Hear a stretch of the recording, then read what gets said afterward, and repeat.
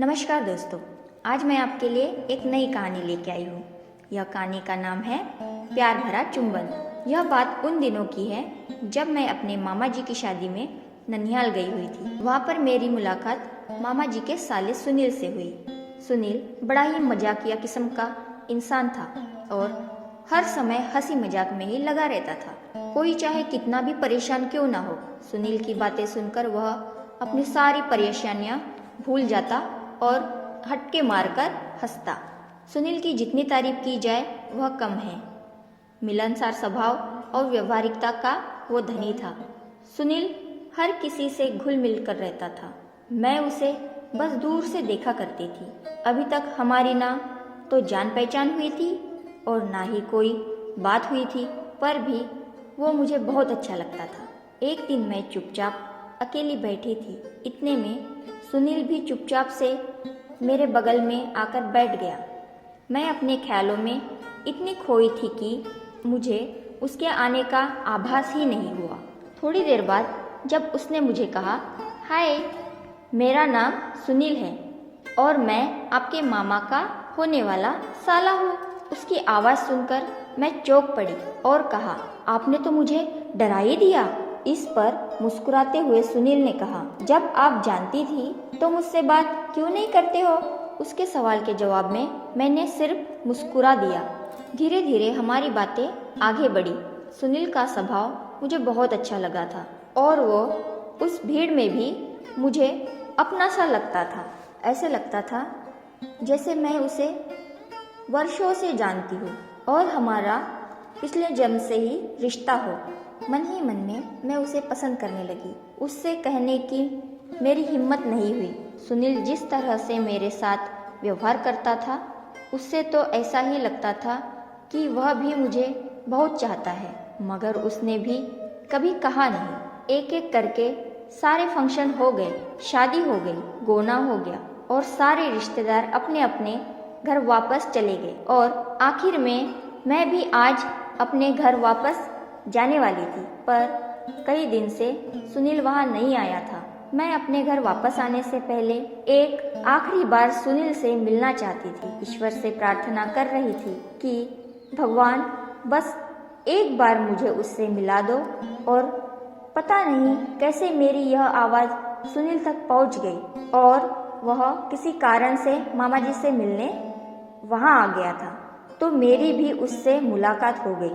उसे देखकर मुझे एक अजीब सा सुकून मिला और मन ही मन में ईश्वर को मैंने ढेर सारा धन्यवाद कहा, क्योंकि उन्होंने मेरी इच्छा पूर्ण कर दी थी। बातों ही बातों में सुनील को पता चल गया कि मैं आज अपने घर वापस जाने वाली हूँ, तो उसने मुझे सवालिया नज़रों से देखा। मैं उसकी आंखों में देख नहीं पाई, अपनी नज़रें झुका ली। कुछ देर बाद उसने मुझे किसी काम के बहाने बुलाया। उसके मुंह से अपना नाम सुनकर मैं अंदर ही अंदर शर्मा गई। जब मैं उसके पास गई तो उसने मुझसे कहा, लता, आज तुम अपने घर वापस जा रही हो? मैंने अपनी नज़र झुकाई और कहा, हाँ। तब उसने कहा, कुछ बात तो करो। मैं बोली, तुम ही बताओ मैं क्या बोलूँ?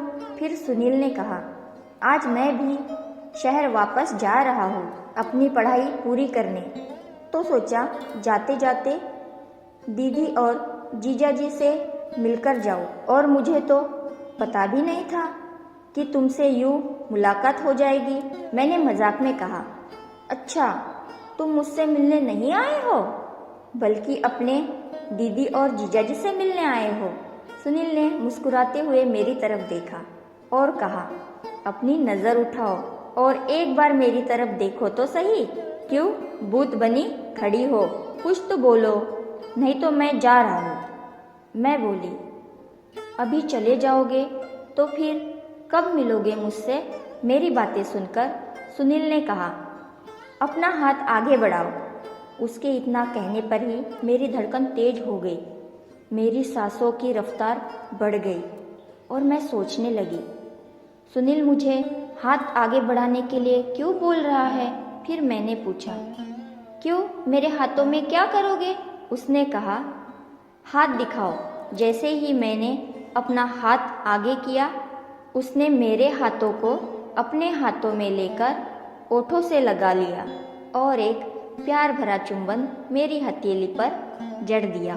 उसके उस छुअन में इतनी मिठास थी कि मैं उस प्रेम के पहले उपहार को आज तक भुला नहीं पाई हूँ और शायद कभी भूल नहीं पाऊंगी।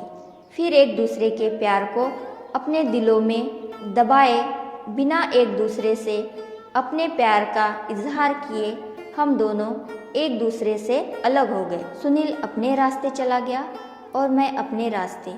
कुछ सालों बाद हम दोनों ने शादी कर ली। शादी के बाद सुनील ने बेशकीमती अनगिनत उपहार मुझे दिए, मगर सुनील के दिए हुए उस प्रथम प्रेमपूर्ण उपहार के आगे ये सारे कीमती उपहार मुझे फीके ही लगते हैं। जब सुनील ने मेरे हाथों को अपने हाथों में थामा, वो पल मेरी जिंदगी का सबसे सुखद था, क्योंकि इससे पहले मैंने ऐसा स्नेह भरा स्पर्श कभी अनुभव नहीं किया। मैं अपने उस अनुभव को शब्दों में बयां नहीं कर सकती। दुनिया की सारी दौलत मिलकर भी शायद उस एक उपहार के बराबरी नहीं कर सकते। आज भी जब पीछे मुड़कर देखती हूँ तो ऐसा लगता है काश समय थोड़ा पीछे जाता तो मैं उन पलों को पुनः एक बार फिर से महसूस कर पाती। पर वक्त कहाँ किसी की सुनता है।